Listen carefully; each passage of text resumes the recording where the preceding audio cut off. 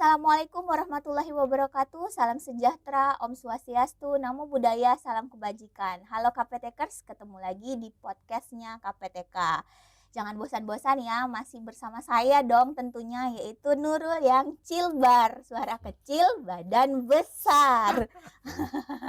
Oke, baik KPTkers, masih di edisi KPTK punya pelatihan nih. Kali ini kita akan mengulik tentang pelatihan apa lagi nih yang akan dilakukan oleh KPTK di tahun 2023. Kalau misalnya KPTK sudah melihat video podcast kami sebelumnya tuh, kita sudah menyediakan banyak beberapa pelatihan, dan kali ini pelatihan apa ya gitu ya. Nah, untuk itu kita akan mengulik bersama di podcast hari ini. Kita akan berbincang tentang pelatihan peningkatan kompetensi kepala sekolah vokasi bidang KPTK. Nah, ini untuk KPTKers para kepala sekolah nih, gitu ya. Nah, bagaimana sih, apa sih sebenarnya pelatihan ini? Tentunya kita akan membahasnya bersama narasumber. Narasumber kali ini yaitu tentunya pasti dari KPTK atau person in charge-nya, yaitu Bapak Muhammad Hasri. Beliau adalah Widya Iswara di KPTK dan juga person in charge-nya untuk pelatihan ini. Untuk itu mari kita bersama-sama bertemu dengan Pak Hasri. Assalamualaikum Pak, apa kabar? Waalaikumsalam, kabar baik Manurullah. Ya, Sehat paginya. sehat ya Pak ya? Sehat, Harus sehat dong. alhamdulillah. Itu lihat merdeka belajar bajunya Pak Hasri. Harus merdeka ya Pak ya, kita harus semangat terus. Nah, oke. Pak Hasri, sebelum kita mengulik lebih dalam tentang pelatihan ini gitu ya Pak. Silakan Bapak memperkenalkan diri dulu. Oke, baik. Baik. Bapak Ibu yang ada para pemirsa yang saya hormati, saya Muhammad Hasri yang menjadi penanggung jawab dari Diklat kepala sekolah ini. Saya sudah tahun ke-6 di BPPP KPTK ini. Tahun 6 sejak berdirinya sebagai Widya Iswara di bidang pedagogik. Sebelumnya saya adalah Widya Iswara selama 9 tahun di LPMP Provinsi Sulawesi Selatan yang saat ini sudah menjadi Balai Besar Penjaminan Mutu Pendidikan. Sebelum saya di LPMP, saya malang melintang di sejumlah sekolah baik swasta maupun negeri. Pernah menjadi guru selama 9 tahun di SMA Negeri 5 Makassar sambil nyambi menjadi guru selama 4 tahun di SMK Kartika, sehingga ke SMK-an itu dan SMA secara umum itu kaya dengan sejumlah pengalaman. Begitu Manur. Wah, lihat tuh KPTKers biografinya. Sudah cukup mumpuni kalau menurut saya ya Pak di dunia pendidikan ya. Pernah di sekolah juga gitu ya Pak. Kemudian di LPMP, sekarang BPMP ya sekarang namanya Pak. Nah, mari kita mengulik bersama nih dengan person in charge-nya Pak terkait peningkatan kompetensi kepala sekolah vokasi bidang KPTK. Ini kan bukan yang pertama kalinya ya yang KPTK lakukan untuk pelatihan ini. Tapi untuk tahun ini apa sih pelatihan ini Pak, dan apa bedanya dengan yang sebelum-sebelumnya? Oh, luar biasa pertanyaan Jamanul. Ini pertanyaan yang sangat menarik sekali. Kita berada di kepala sekolah SMK, bahwa pengelolaan yang ada di SMA dengan yang ada SMK itu sungguh luar biasa berbedanya.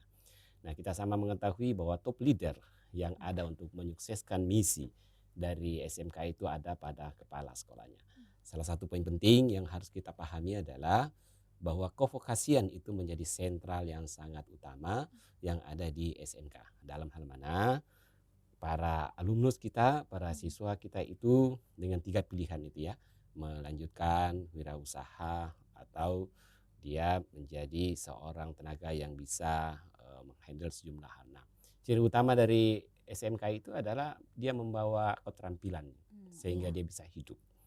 Nah, pemberlakuan yang ada pada SMA dengan SMK itu sangat berbeda, sangat berbeda. Nah, kalau itu disamakan, maka itu akan kita dapatkan output yang tidak sesuai dengan cita-cita yang ada di SMK. Nah, yang akan kita lakukan kali ini Manurul, kita akan memberikan pemahaman dan berdiskusi dengan baik dengan para kepala sekolah sambil meningkatkan kompetensi mereka.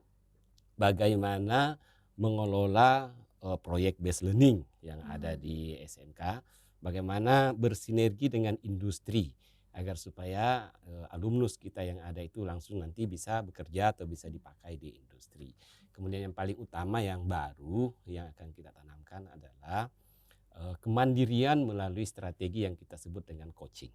Oh. Jadi kita akan memperkaya kepala sekolah itu dengan strategi coaching. Dalam hal mana pemberdayaan yang dimiliki oleh guru, pemberdayaan secara internal yang dimiliki oleh siswa itu muncul dari dalam dirinya sendiri, sehingga tanpa diperintah pun guru-guru itu akan berkreasi sendiri, dan tanpa diperintah pun siswa itu akan berkreasi sendiri, karena ini terkaitan dengan kemaslahatan kehidupannya yang akan datang. Ini strategi yang harus dimiliki. Nah, kepala sekolah bagaimana dia bisa menjaring komunikasi dengan industri, bagaimana memanajemeni satuan pendidikannya agar supaya dengan industri itu bisa bermitra. Nah, dengan begitu SDM yang ada di industri bisa dipakai, fasilitas yang ada di industri bisa dipakai, output yang dimiliki oleh satuan pendidikan bisa diberdayakan oleh industri, kemudian bisa juga langsung ke komunitas masyarakat. Nah, ini semua yang perlu diberikan pemahaman dan diatur strateginya sedemikian rupa, Mbak Nurul. Nah, itu. Wah, mendalam nih, menarik nih ya KPTKes. Ya. Berarti tidak hanya tentang leadership ya Pak ya. Leadership. Tadi kalau dari penjelasan Pak Hasri ini diutamakan ada bagaimana nanti kepala sekolah diajarkan mengelola best learning, tentunya karena dia SMK ya Pak, kan SMK itu harus berbasis project dan mereka punya kewirausahaan, dan juga bagaimana membangun hubungan dengan industri itu penting ya Pak, karena kita lihat masih banyak SMK yang kurang industrinya. Dan juga ada yang menarik yang baru nih, kalau misalnya KPTKers tahu di kurikulum Merdeka ini pasti ada namanya coaching ya Pak. Nah, itu apa sih gunanya coaching? Mungkin kan kita selama ini tahu coaching itu kan di olahraga gitu ya, padahal coaching itu kan bisa juga di dalam suatu organisasi. Nah, bagaimana? Nah, itu nantinya pasti akan ada di pelatihan ini KPTKers. Jadi ini menarik. Nah, oke Pak.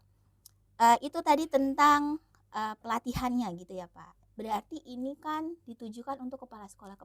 Ada syarat khusus nggak Pak lagi untuk kepala sekolah untuk mengikuti pelatihan ini? Oh ya, luar biasa. Ini intinya adalah mereka sudah menduduki jabatan sebagai kepala sekolah.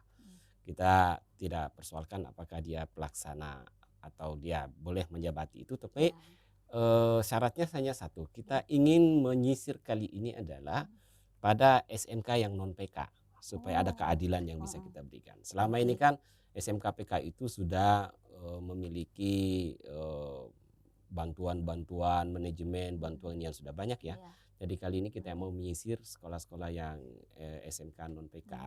Prasyarat utamanya ya kepala sekolah, kemudian non PK, kemudian menyatakan diri bersedia untuk ikut di dalam sistem yang sudah kita bangun sedemikian rupa, mau dia berkorban waktu, lalu kemudian mau dia menggiring SMK-nya sebagai betul-betul SMK. Itu aja, komitmen itu saja yang kita butuhkan. Nah, itu tuh KPTKers tuh. Jadi nih saya tekankan lagi, berarti ini untuk kepala sekolah yang non PK ya Pak ya, non program keunggulan gitu ya. Jadi nih KPTKers khususnya kepala sekolah yang sekolahnya masih belajar untuk menuju PK mungkin ya Pak. Nah, itu bisa mendaftar di sini. Oke, baik.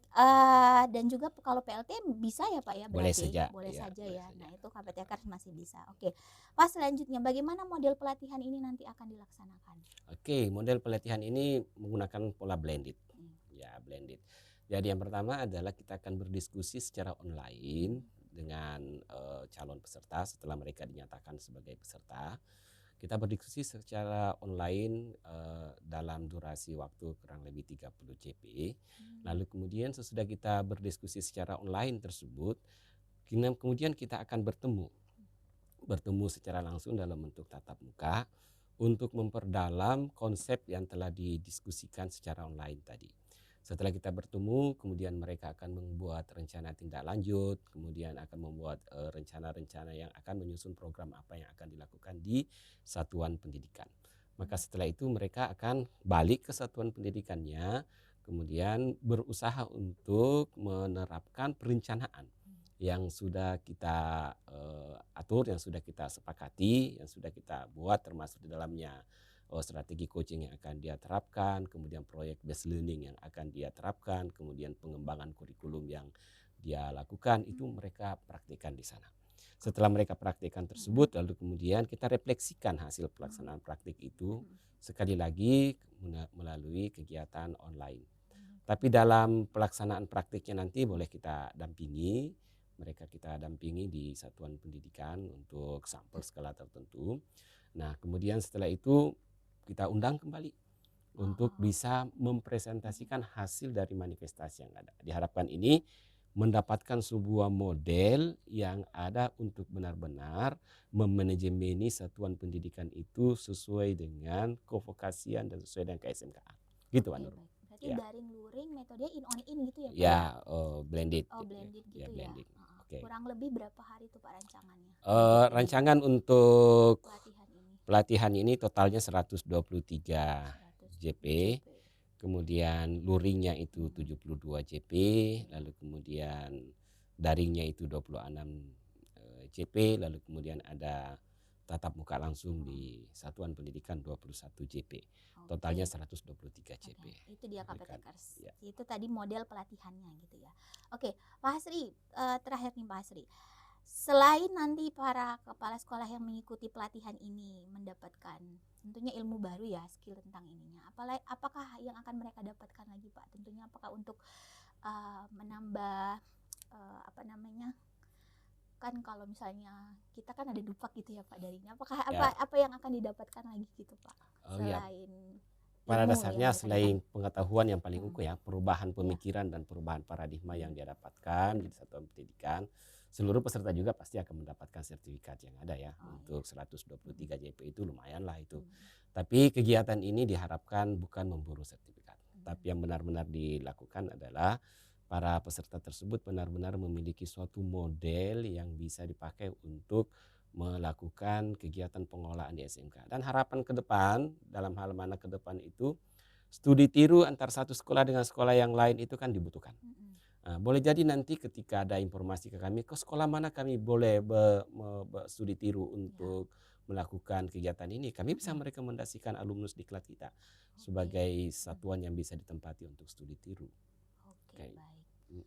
Menarik itu. Oke Pak Hasri, terima kasih. Nah ini Pak Hasri, silakan mungkin waktunya Pak Hasri untuk menarik perhatian gitu ya lagi terhadap pelatihan ini. Mungkin Pak Hasri ada yang mau disampaikan mungkin kepada KPTKers nih untuk pelatihan ini gitu. Oke, intinya adalah jadilah amanah.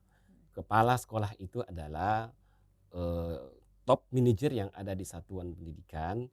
Sebuah kesuksesan yang ada pada sebuah satuan pendidikan itu sangat dipengaruhi oleh kemampuan kepala sekolah untuk memanajemeni sekolah tersebut dan menerapkan manajemen terbuka dengan mengedepankan potensi yang dimiliki oleh satuan pendidikan, potensi yang dimiliki oleh peserta didik, potensi yang dimiliki oleh para guru yang ada, sehingga aset-aset yang ada di satuan pendidikan itu bisa dimaksimalkan. Sehingga visioner ke depan kita akan menemukan seorang kepala sekolah yang benar-benar bisa menjadikan produksi vokasi yang ada di satuan pendidikan. Bukan cerita tentang vokasi. Ya. Seperti itu.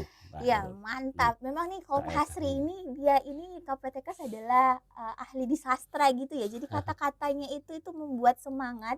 Nanti bisa nih KPTKers yang akan mengikuti pelatihan ini ketemu dan diajarkan oleh beliau nih. Beliau juga ahli di dalam puisi-puisi. Mungkin nanti ini dapat lagi nih cara mengajar puisi gitu ya Pak ya. Oke baik. Itu tadi KPTKers tentang pelatihan ini. Jika memang KPTKers masih memiliki pertanyaan gitu, jangan lupa untuk bisa memberikan pertanyaan di kolom podcast kami gitu ya, di dalam podcast kami di KPTK atau melalui Instagram kami di bpmpv.kptk.kemdikbud gitu. Nah, KPTKers, terima kasih Pak Hasri atas waktunya untuk kesempatan kali ini.